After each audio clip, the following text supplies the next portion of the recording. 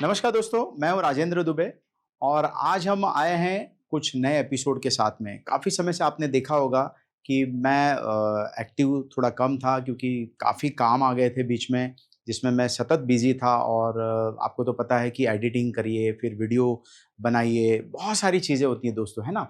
तो वो मेहनत के लिए और मेरे काम इतने बढ़ गए थे जिसकी वजह से मैं नहीं आ पाया था। लेकिन अब हम इसी श्रृंखला को आगे बढ़ा रहे हैं और आपके समक्ष आते रहेंगे और आपको अच्छी-अच्छी गाइडलाइन देते रहेंगे क्योंकि मैंने हर एक वीडियो में आपको बताया है कि मैं शास्त्र के विरुद्ध जाता नहीं हूँ, कुछ भी बोलता नहीं हूँ, है ना? तो आज मैं एक आपके सामने एक इंटरेस्टिंग टॉपिक लेकर के आया हूँ जिसका नाम है राहु दोस्तों, राहु। राहु के बारे में आज हम जानने वाले हैं कि राहु क्या है, उसका नेचर कैसा है, क्या कुछ हमारे जीवन में दे सकता है, क्या अशुभी ग्रह है वो? ऐसी तमाम हम इस जो एपिसोड है इसके अंदर हम वार्तालाप करने वाले हैं और ये एक ही एपिसोड नहीं होगा, इसके बारे में हम लगातार अब राहु के बारे में हम आपको जानकारी देने वाले हैं। तो आज हम बात करने वाले हैं राहु। राहु दोस्तों एक बात ध्यान रखिए कि राहु एक तामसिक ग्रह है ना? एक पॉजिटिव चीज़ें होती है, एक नेगेटिव चीज़ें होती हैं, एक शुभ ग्रह होते हैं, एक अशुभ ग्रह होते हैं। जैसे दिन होती है वैसी रात होती है, सूर्य है तो चंद्रमा है। उसी प्रकार से राहु की जो संज्ञा है उसको समझना पड़ेगा आपको। ऐसे ही आप नहीं समझेंगे कि राहु किसी ने बोल दिया खराब है तो खराब है, ऐसा नहीं। तमस का कारक राहु है, राहु छल का कारक है, राहु कपट का कारक है, राहु ऊँचाइयों का कारक भी है ना? किसी को भी आप ऐसे बोल देंगे कि नहीं-नहीं ये अशुभ है, ऐसा नहीं है। पत्रिका में आपको मैं गहरी बात बताने के लिए जा रहा हूँ कि राहु आपके जो कर्माज़ हैं और आपके जो वंशज हैं, उसका कारक अधिपति जो है वो राहु है। यदि आप देखें तो जब आप नींव करते हैं, जो भी प्रॉपर्टीज़ में आप नींव जब डालते हैं, तो राहु का मुख देखा जाता है ना?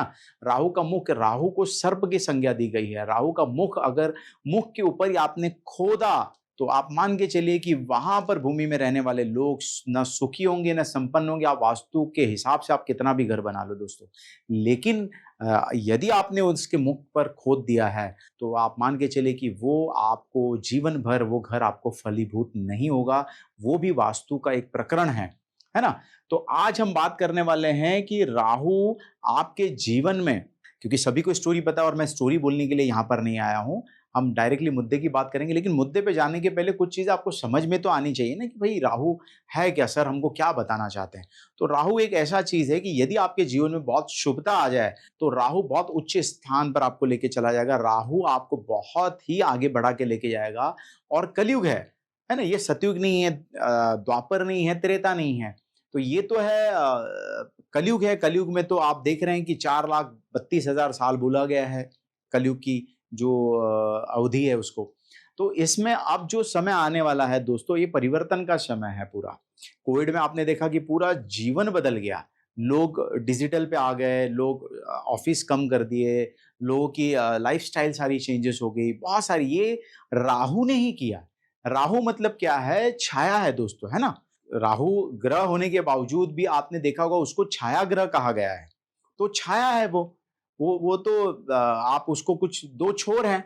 तो वही बात होती है कि राहु को वायरस के रूप में भी देखा जाता है कि आपने देखा कि जो कोविड आया, कोविड में किसी वेपन से लड़ाई नहीं हुई है ना? उसके अंदर क्या हुआ? उसके अंदर मतलब वायरस के प्रति अटैक था वो। वायरस ने ही हमारे शरीर को क्षति दी और अगर आप देखे होंगे तो जैसे ही शनि मीन राशि में गया और मैंने कहा था एपिसोड में कि शनि मीन राशि में कुछ न कुछ रोग की उत्पत्ति करता है, तो कोविड वापस से आने की पूरी-पूरी संभावनाएँ बन गई और अभी महाराष्ट्र में तो काफ़ी लोग थोड़े मतलब चल भी बसे हैं। तो राहु एक ऐसा ग्रह है दोस्तों, अगर पत्रिका में सही से बैठ जाए, तो आज हम जानने वाले हैं कि राहु अगर आपके प्रथम स्थान में बैठा है कुंडली में, तो मैं आपको पहले बहुत अच्छी तरीके से समझा देना चाहता हूँ कि जो भी मैं बोलने वाला हूँ, तो वो आप ये मत सोचना कि अरे इन्होंने जो भी बोला वो तो सही से बोला नहीं, मुझे तो लागू नहीं होता है। सभी, क्योंकि सब कोई भी आपके घर में माता-पिता, भाई-बहन क्या समान हैं क्या?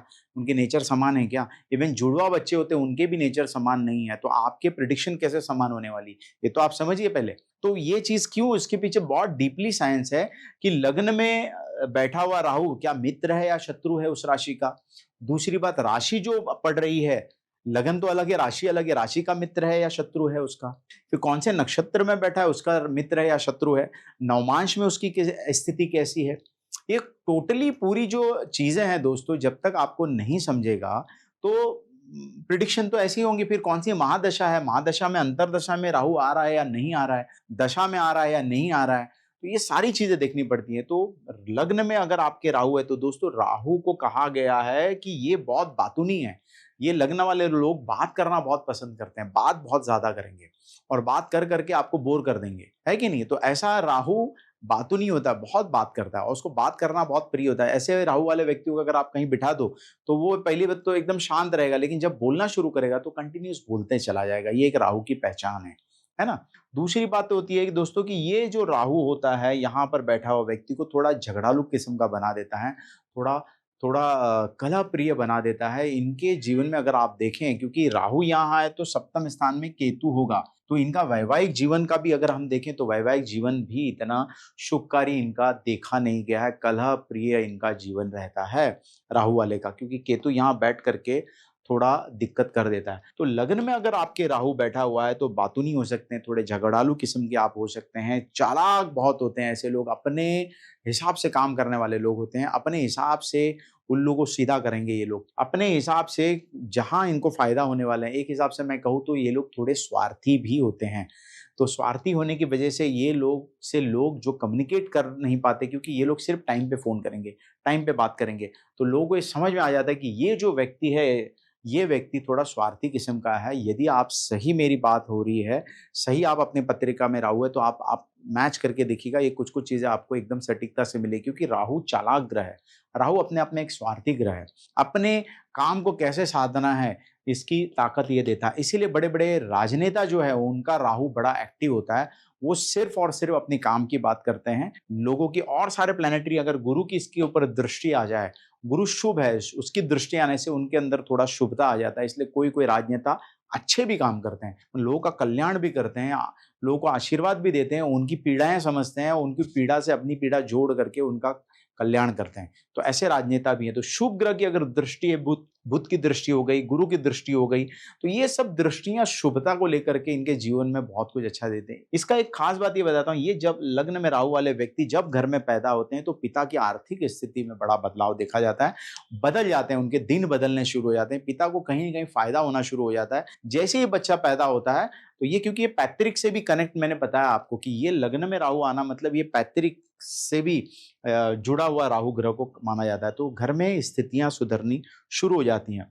अब इसका मैं दूसरा बात बताना चाहता हूँ कि ये लोग बड़े पराक्रमी होते हैं, अपने शत्रु को छोड़ते नहीं हैं। शत्रु के प्रति ये हमेशा दिमाग में रखते हैं, भले 5 साल, 7 साल बाद ये बदला लेंगे, बदला अवश्य लेता है राहु, लेकिन वो भी गुप्त रीति से लेगा। मैंने बताया ये थोड़ा स्वार्थी है, शार्प है, तो ये जहाँ मौका देखेगा वहाँ अटैक कर देगा, किसी न किसी वाणी से अटैक कर देगा, किसी न किसी के थ्रू से अटैक करवा देगा।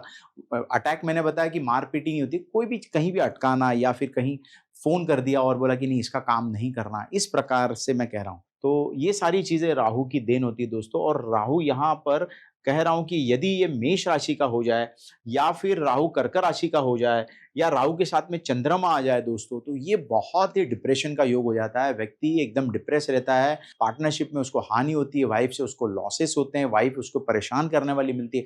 नाना प्रकार की जो दिक्कतें हैं वो राहु की वजह से ही होती हैं। तो राहु यहाँ पर बैठ करके व्यक्ति को, यदि ये कहा जाता है कि कन्या राशि का हो जाए, तो कन्या राशि का राहु स्वग्रही होता है, बहुत अच्छा ऊँचाई दे देगा। लेकिन कुल मिलाकर के मैं आपको कहना चाहता हूँ दोस्तों कि राशि भी आपको देखनी पड़ेगी। मिथुन राशि हो, राहु हो यहाँ पर हो, या फिर क कन्या राशि हो, मकर राशि हो, कुंभ राशि हो, तो यहाँ पर राहु क्या है कि बहुत अच्छा परिणाम भी आपको दे देगा। ऐसा नहीं कि ये हमेशा खराब परिणाम देगा, लेकिन कुल मिलाकर के जो मैंने मोटा-मोटी बात कही है कि ये गुण तो आपके अंदर आएँगे, क्योंकि राहु तामसिक ग्रह है, ये सात्विक ग्रह की संज्ञा में नहीं आता है।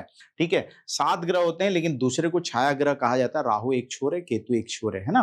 तो राहु की महादशा आती है 18 साल की दोस्तों, और राहु की अगर यहाँ पर मेष राशि का राहु आ जाए, कर्क का राहु आ जाए या फिर वृश्चिक का राहु आ जाए दोस्तों, तो इनकी महादशा, अंतरदशा में आपको बहुत पीड़ाएँ झेलनी पड़ती हैं, शारीरिक व्याधियाँ आती हैं, शरीर में अनेक प्रकार के रोग आते हैं, और यदि मैं इसकी बात करूँ तो ये आँखों के रोग दे देगा आपको, कान के रोग दे देगा आपको, मुख के रोग दे देगा आपको, या फिर आपको पेट के संबंधित कोई न कोई डिज़ीज़ आपको ये अवश्य दे देगा अपनी दशा में या तो आपकी अंतर्दशा में।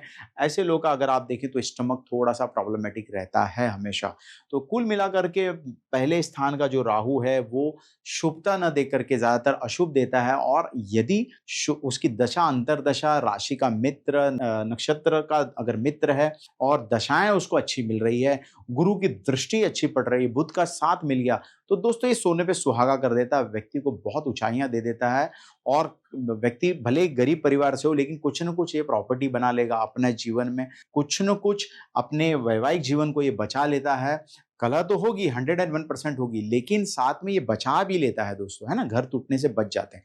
तो कुल मिलाकर के यहाँ का राहु आपको तमस दे देगा, जीवन में थोड़ा आलस दे देगा, अपने ही हिसाब से काम करने की क्षमताएँ आपके अंदर थोड़ी कम आएगी। आप विचार से और बहुत स्वार्थ से अपनी बात को रखेंगे। तो इसके लिए मैं एक छोटा-सा कहना चाहता हूँ कि ये उपाय की श्रृंखला में अगर मैं कहूँ ऐसे व्यक्ति को, तो हाथ में चांदी का एक आप कड़ा पहन लीजिए। अच्छे बुधवार या तो शनिवार वाले दिन इसकी पूजा अर्चना करके, और ये आप जब कड़ा हाथ में पहनेंगे तो आपको बहुत ही राहु सकारात्मक परिणाम देने की भी अवस्था में आ सकते हैं। तो दोस्तों ये एपिसोड तो यहीं पर मैं समाप्त करना चाहता हूँ। नेक्स्ट एपिसोड में हम बात करेंगे कि राहु अगर सेकंड हाउस में है तो क्या-क्या आपको शुभता के परिणाम दे सकता है, क्या कुछ आपके जीवन से ले सकता है। तो अपनी वाणी को यहीं पे विराम करता हूँ। धन्यवाद, नमस्कार।